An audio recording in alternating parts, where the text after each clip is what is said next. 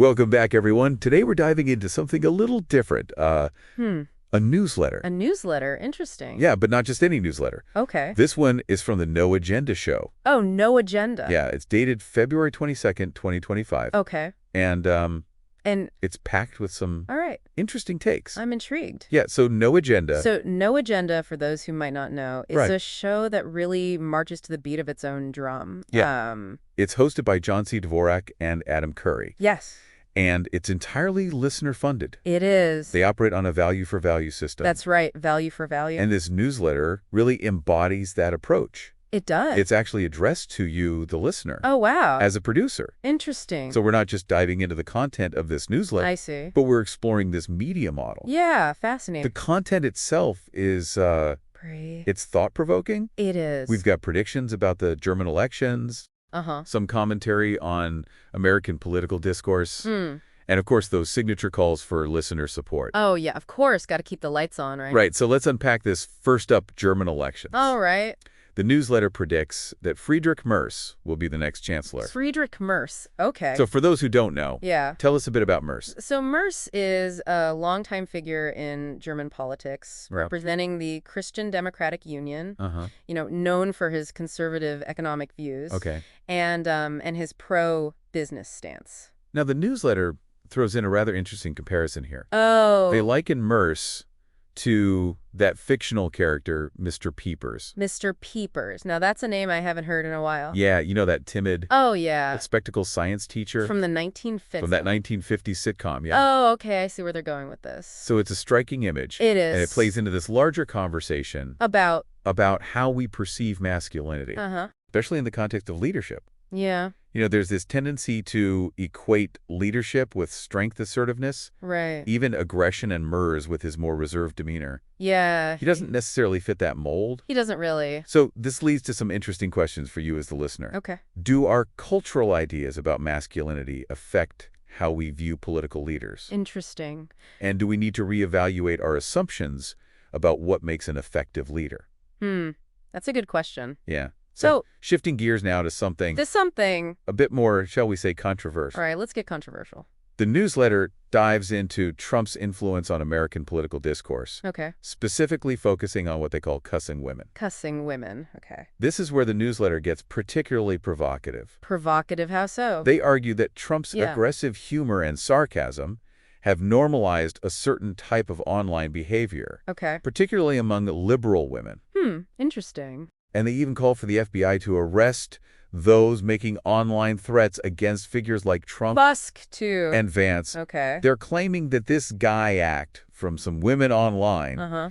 is a direct result of the former president's communication style. So they're drawing a direct line Yeah. from Trump to this online behavior. Exactly. Now, this raises some complex issues It does. around online speech threats and how we as a society address them. Yeah, where is the line between strong language and a genuine threat? It's a blurry line. It is. And the newsletter seems to suggest that any negative or aggressive language online is a direct result of Trump's influence, which might be a bit of an oversimplification. Yeah, I think it's safe to say that online behavior is influenced by Yeah. a multitude of factors. Right. It's rarely a simple cause and effect situation. It's very complex. And it's something for you, the listener, to consider as you navigate the online world. Right. How has online communication changed the way we talk about politics? Where do we draw the line between free speech and harmful behavior? Those are really good questions. Yeah, these are questions Questions we all grapple with. we all grapple with. And this newsletter certainly adds fuel to that fire. Hate from Forbes and Stratcast and shit like hey, like Jewish. Yeah. Yeah. Oh, he's nine. One hand. I read anything because what they go. Been back about this situation, right? Or very identification. Yeah.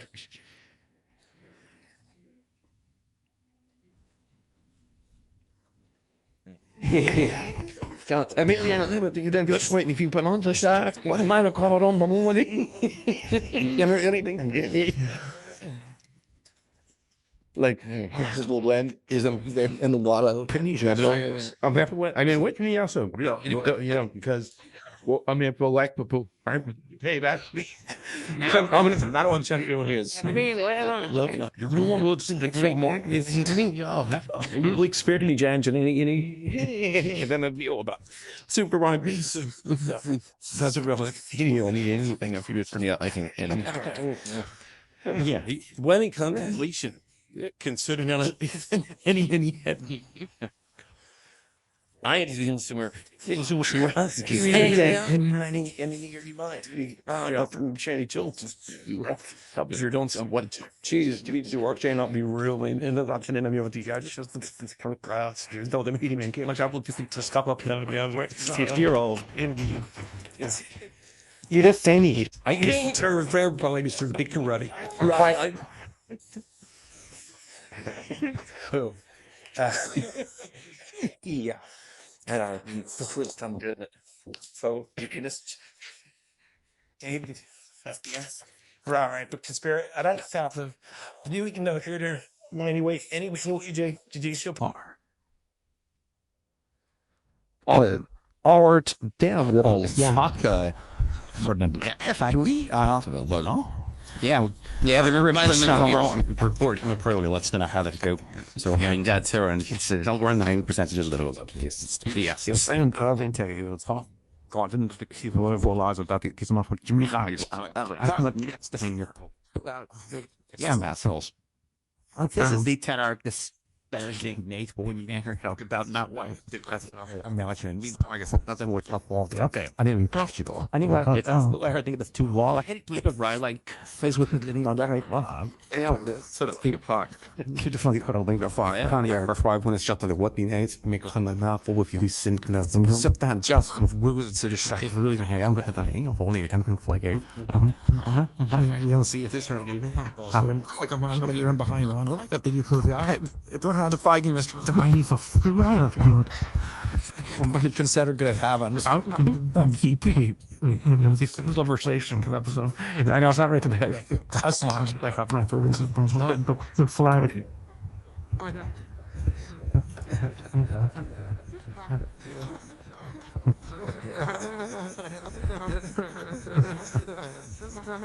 It's sport.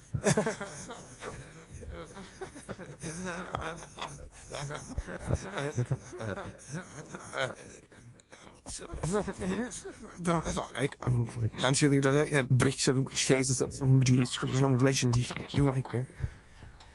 You're cool. Far.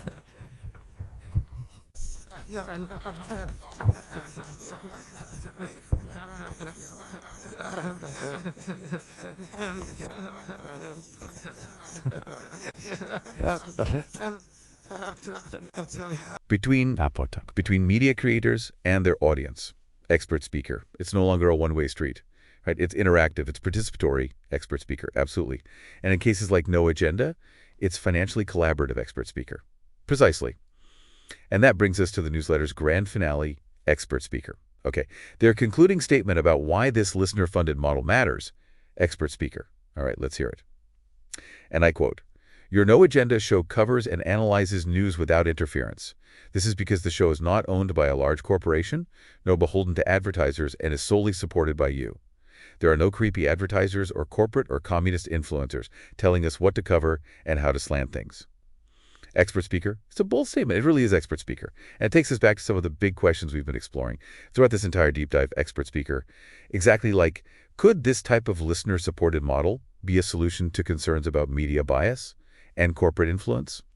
Exactly like, could this type of listener-supported model be a solution to concerns about media bias and corporate influence? Expert speaker. Yeah, it's certainly food for thought, expert speaker, lots to think about. So as we wrap on our deep dive into this No Agenda newsletter, what are some key takeaways for you, the listener? Well, we covered a lot of ground, you know. You did. From German politics to online rhetoric to the changing landscape of media itself. It's true. This newsletter wasn't just about the news. Right. It was about how we consume and interact with the news. Yeah, and they make it very clear that their approach, this listener-funded model, is central to their identity as a show. They do. They present it as a way to ensure their independence, to cover stories without outside influence. Which leads to some interesting questions for you to consider. Okay, like, Could this model be a solution to concerns about media bias? Is it a sustainable model for independent media in the long run? Good questions. Yeah, it's a conversation worth having, especially as we navigate an information landscape that's increasingly fragmented and complex. For sure. This newsletter, in its own way, serves as a reminder that we as consumers of media have choices to make. We do. Do we passively accept the narratives presented to us, or do we actively seek out diverse voices and perspectives? And do we support those voices? Yeah. Not just with our attention, Right. with our wallets. It's about being an active participant in shaping the media landscape, not just a passive consumer. Well said. And that brings us back to the deep dive. This circle. We like No Agenda thrive on your engagement, your curiosity, your willingness to explore these complex issues with us. That's what makes it all worthwhile. So keep those questions coming, keep diving deep, and keep those comments coming. We appreciate you being here with us on this journey. Absolutely. Thanks for listening, everyone.